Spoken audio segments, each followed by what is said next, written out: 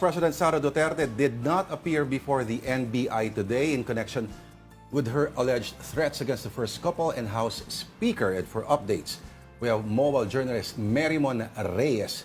Merymon, okay, hindi nakadalo si VP Sara pero di ba nagpasabi na kahapon pa lang daw?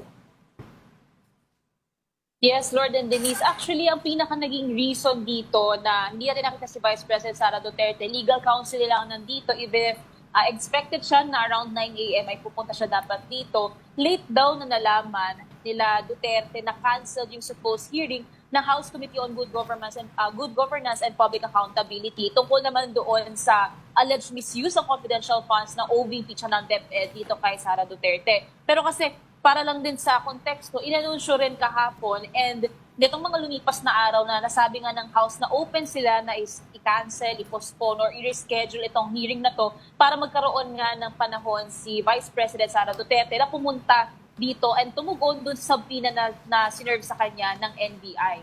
Pero yun nga kanina, hindi natin siya nakita. And ang sabi pa dito, yung sa letter na binigay, bukod sa explanation kung bakit wala dito si Vice President Sara Duterte, may request din dito na sana raw ay magkaroon sila ng kopya ng mga dokumento na nag-initiate ng pinaka-investigasyon at saka kopya ng supposed na possible questions daw na pwedeng itanong sa kanila tungkol dito sa mga dokumentong to or sa investigation in general. Pero ang nasabi naman sa atin ng NBI nila Director Jaime Santiago, pag-aaralan at titingnan pa raw nila kung ano yung magiging response nila, decision nila sa mga request na ito. Pero to compromise na lang din sa nangyari ngayon sa request for rescheduling o nag-reset kasi itong paghaharap ni Duterte. December 11 ang target date ng next na paghaharap niya dito. Pag hindi humarap si Duterte on that day, magdidesisyon ang NBI at saka ang DOJ depende doon sa magiging possible excuses or reasons kung bakit hindi na naman makakaharap si Duterte for the second time around.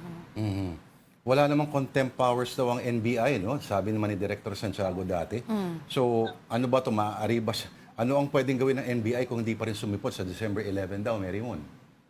Hindi sa atin din-disclose in specific yung details. Pero for now, since technically kasi ang unang mga nasabi ng NBI, kapag hindi umarap ngayong araw na to, itong si Duterte, ipagpapatuloy nila yung investigation based na dun sa evidences na meron sila. So yan yung video nung online briefing na kasama si Vice President Sara Duterte na na-authenticate na nila na hindi raw ito AI, totoo ito at hindi nila ito, request nila sa Meta na huwag itong i-take down. So continuing yung investigation and on December 11, pagka hindi nagpakita itong si Duterte, depende sa reasons if valid or invalid, magkakaroon na sila ngayon ng final report na nila sa investigasyon, ilalabas na nila within that week.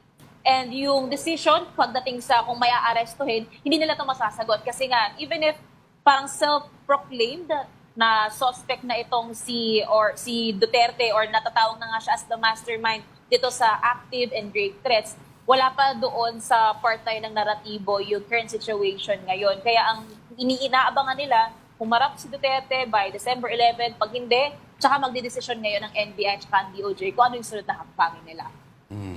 Curious ako kung paano sila magdidesisyon, Merymon, because we were able to talk to NBI Director Jaime Santiago at ang sanabi niya, isa sa mga gusto nilang tanungin kay VP Sara is kung gaano katotoo sa puso niya yung threats na binitawan niya dun sa video. How are they to assess the facts, the videos, and make a decision kung kailangan ma-confirm muna kay VP Sara ang kanyang saloobin.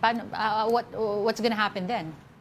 Totoo yan, Denise. And even ang sinasabi rin nga dyan ni Sara Duterte is taken down out of logical context yung mga sinabi niya pananalita. So habang ongoing investigation and habang wala pa, dapat kasi hearing ngayon ni Sara Duterte, actually, to add na lang din, maghahain na rin kasi ng subpoena ang NBI doon sa mga kawani ng media and other members of the audience na nag-interact or nagbato ng tanong doon sa online press briefing. So doon daw i-establish na totoo ba yung nangyaring virtual conference and ano pa ba yung mga nangyari during that time. Kasi mahaba yung online copy ng virtual conference na to.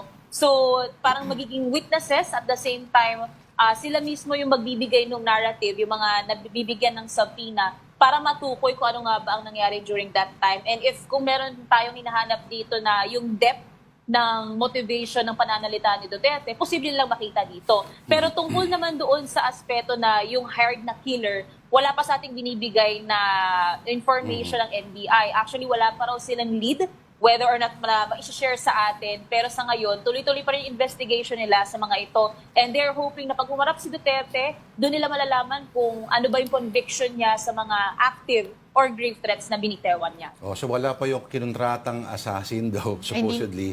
At pati ba yung mga kaso supposedly na i-charge ay wala pa rin kasi pinag-aaralan pa rin daw nila. Huli namin nakuusap si Director Santiago, Merimon.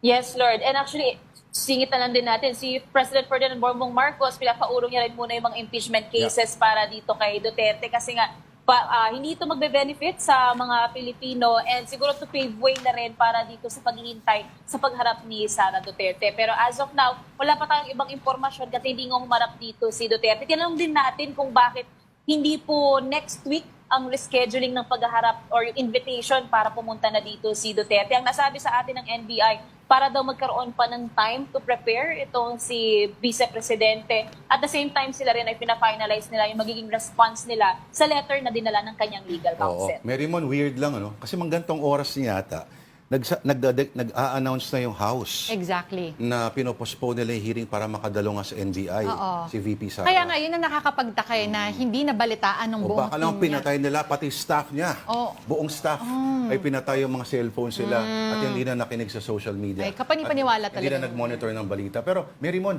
would you know kung sino, if ever, kung dumating doon, sino yung kakausap, sino yung haharap sa Vice Presidente para magtanong yung kailangan nilang tanongin?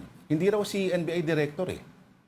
Hindi sa atin din-disclose, Lord, kung ano yung mangyayari during that time. Ang sinabi rin sa amin kanina, nung umaga, nung ina-expect na natin around 9 a.m., may ilang desisyon dito na kailangan hintayin din daw mula sa Vice Presidente kung magkakaroon daw ng, kumbaga magiging comfortable na i-broadcast or may kasamang press doon sa hearing or if gagawin siya ng closed doors. So Alright. hindi pa natin alam talaga kung ano yung next steps dito ng NBI. So we're hoping for the very best by December 11. Around 10 a.m. daw ina-expect si Sara Duterte. Alright, abangan natin kung may magpapakita sa December 11. Maraming salamat. Nagre-report mula sa NBI dyan sa Maynila, si Merimon Reyes.